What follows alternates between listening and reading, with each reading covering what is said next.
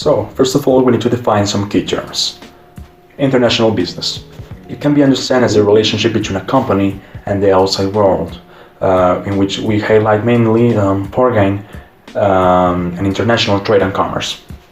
International relationships are, well, two relationships that are formed between nation states, focused on studying social, political, legal, economic, cultural patterns, and many others that can be found. Now, a Cold War, or a Cold War, can be understood as the state of political hostility between countries, characterized by threats, characterized also by propaganda, and many other measures of short open war. Now, the Cold War can be understood as the state of hostility between the Soviet bloc countries against the Western powers from 1945 up to 1990s.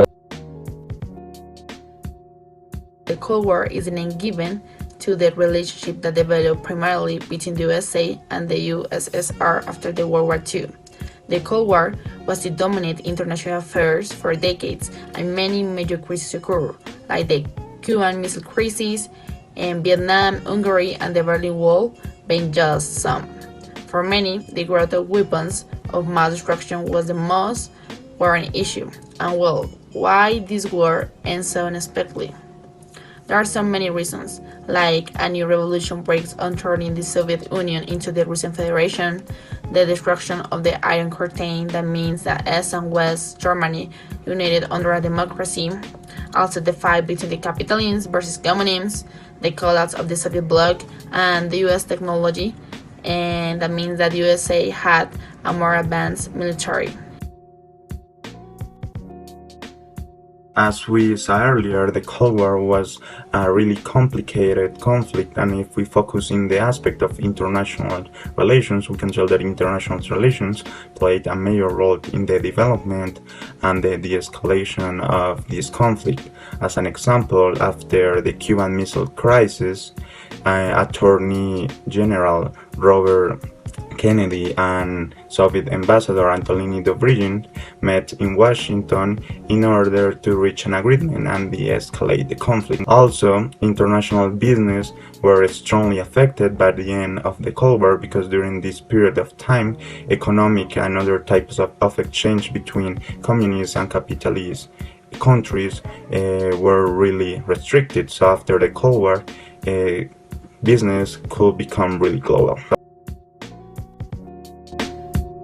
The Cold War and its ending opened a window in which now states could flourish from their economic value rather than their military capability, and that's why it should be a big interest for us as IB students. The states entered into a reduced world tension moment in which now new priorities could be chosen as economies proposed, rebuilding infrastructure, supporting education, healthcare, or the environment, as well as boosting national savings.